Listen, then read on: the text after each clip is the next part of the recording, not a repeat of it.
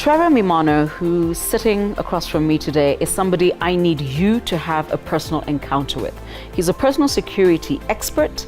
He will come to you, he will come to your group, he'll come to your organization. And just in case you're sitting there thinking, but Caroline, maybe, no, we're not in business. He spoke at Women, Words and Wine, I think at my last one. And I remember there, and I just want you to highlight this, and you talked about how predators pick their prey. And I remember, every woman in the room was like, we're going to need more wine. Yeah. How do predators pick? It's actually quite interesting. When you mirror human predatory behavior and predatory behavior in the wild, they're actually very, very similar. True.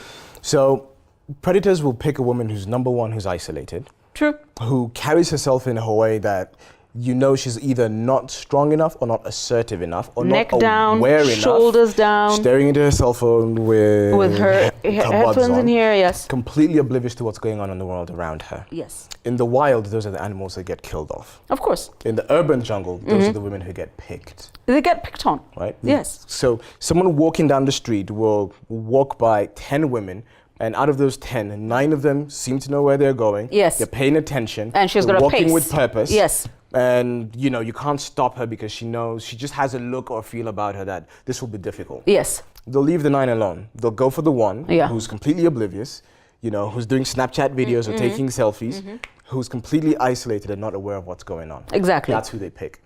So similar to awareness with children, awareness is really the currency that buys you time. If you're not aware of what's going on around you, if anything happens, you're behind the curve. And for you to be able to respond effectively, it's just, the odds are stacked against you.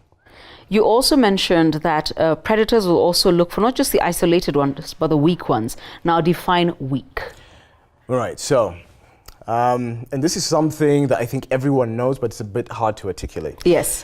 We know what strong people are like. When a strong person walks into the room, a man or woman, we know it when we see it. Yes. We know it by their gait, we know it by their carriage, we know that there's something about this person that is just some strength. Yes.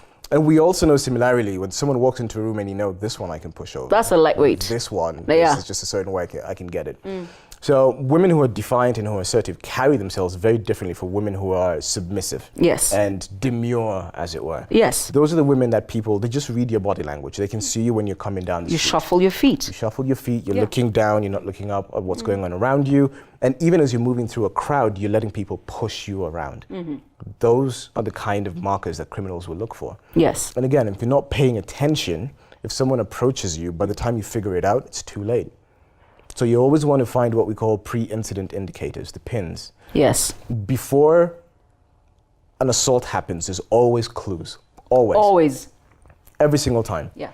If you're paying attention, if you're aware, you'll start to pick out, that doesn't seem quite right. Why are those 3 guys crossing the street ahead of me? I just heard someone walking behind me, but it's in a basement in the middle of the dark. Yes. I'm the only car on this floor. These are the things that will, start to trigger your instincts. Exactly. And that's what gets you ready for whatever's going to come next. This is another thing, and I just before I asked Trevor to talk about also awareness and the fact that women tend to be very distracted. I need to say this again and again, and I'll never get tired of saying this. Equal does not mean similar. Equality has always been about opportunity. It has nothing to do with being the same. So I have never had a problem saying, will you walk with me to the car? Will you take my shopping with me to the car? And especially when I do have my daughter with me, she's already distraction number 1. Yes. Sorting out parking is distraction number 2. Wallet in hand and keys distraction. That is 3 areas where I know somebody else has got to be with me. Exactly. But this thing of I'm a woman, I'm independent, I can do it all. Baby, go do you. But I've never had a problem with being a girl. Powerful, in these shoes, but I'm still not going to be stupid as well. Exactly. But, we were talking about it. And let me be the person to say before they're like, oh my God, he's making so much drama on chicks. Women, handbag, cell phone, wallet or milkshake in this hand, completely without any way of, you're disabled. If something happens to you at that point, you're done. because you're so behind the reaction curve, and your principal primary weapons that you can use to keep people away from you or cause injury to people Yes. has been taken away from you. Yes. And this is something we do that you never see men do. And I know you're sitting there saying men don't carry handbags. How many of you have seen me go through a mall and all I have is my wallet and my daughter? I don't need to bring my handbag. By the way, it's beautiful. I don't need to bring it into a mall. Okay, I don't need to. But the other thing I also find very interesting is that whole thing of, but what you want me to do with my keys? I probably have very big keys. I drive a Land Cruiser. And people ask me, where's your car? I'm like, in the basement. Where are your keys? In my bra. Close to my heart. I've got to have one free hand. I just got to. Yeah. And, you know, for keys, I actually make the exception on that one. Because we don't have pockets like you guys. Yeah, and keys are actually quite useful if you're going to use them as an improvised weapon. As a weapon. Right? So, again, when it goes back to targeting and conflict, if someone chooses you and you have your car keys in your hand, you know, you do the work at that point. And that's a labor-saving device. So it's the one exception I would make, I think. Exactly. You can keep your keys in your hand, but only as a strategic reserve, not because you just want stuff in your hand. And the reason I'm saying once again, find Trevor Mimano for yourself. Another thing I always get asked, why do you park like that? And I always park nose out.